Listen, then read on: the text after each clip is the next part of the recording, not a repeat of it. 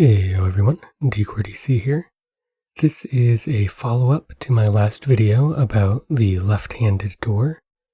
In that video, there were a few things I realized I didn't explain very well, so I'm going to explain those a bit more in depth and then take a look at this new, more compact version behind me that has the ability to filter between left-handed and right-handed players.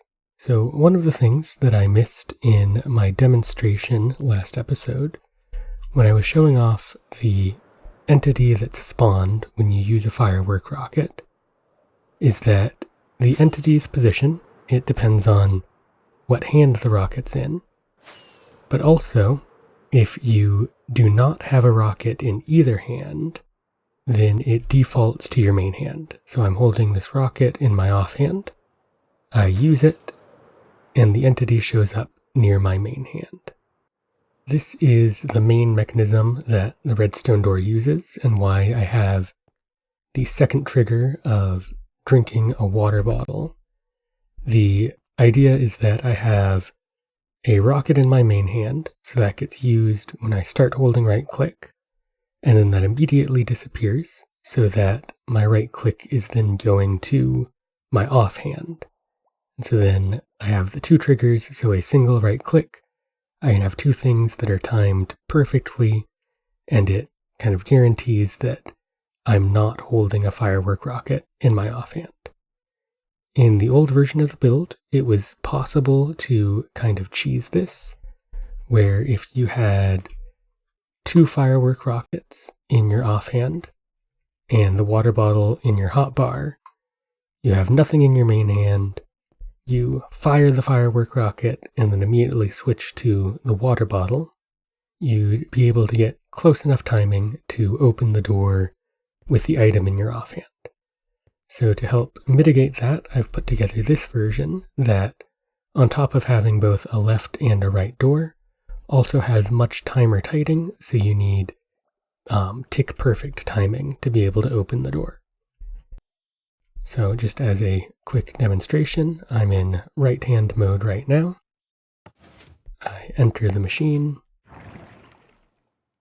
activate my elytra, and just click and hold right-click.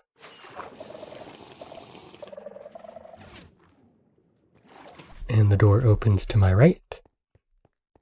Then I just go into skin customization.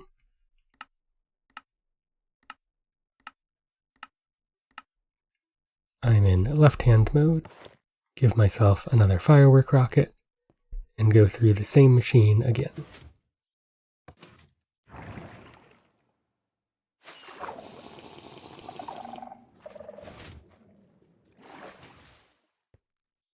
And that time it took me out the left door.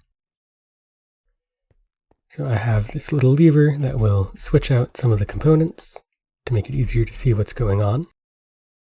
So there are now 4 skulk sensors instead of the 2. These 2 are for left and right detection, where this white stained glass represents what would be white wool, and so you need a firework entity to die directly above the sensor, so only one of these sensors can be triggered at a time. And that determines if you have the rocket in your left or right hand, and that goes into this AND gate here.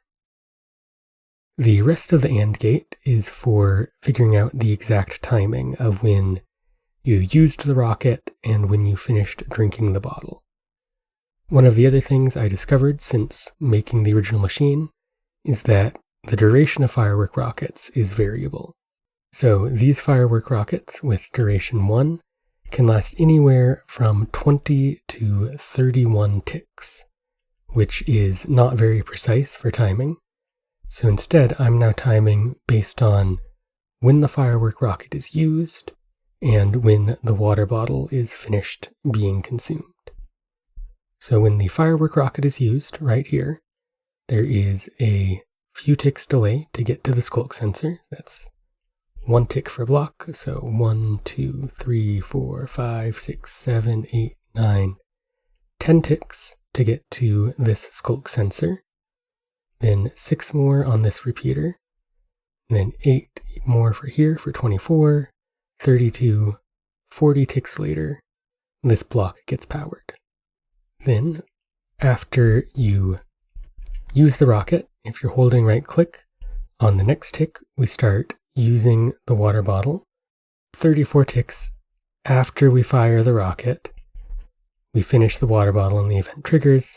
35, 36, 37, 38 ticks later, the sculk sensor goes off. 2 ticks after that, this redstone is powered. So at 40 ticks, this block gets powered. These are pulse limiters, so regardless of how long the pulse coming in is, they will just be on for 4 ticks. And that goes into this AND gate. So basically, these two have to be powered at the same time, and the duration here is just to have long enough for these torches to turn off.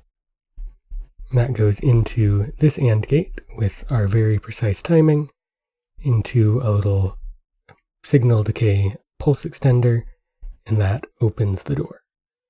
So this part of the circuitry is just mirrored on both sides. It just depends on which one of these sculk sensors goes off to determine which door gets opened.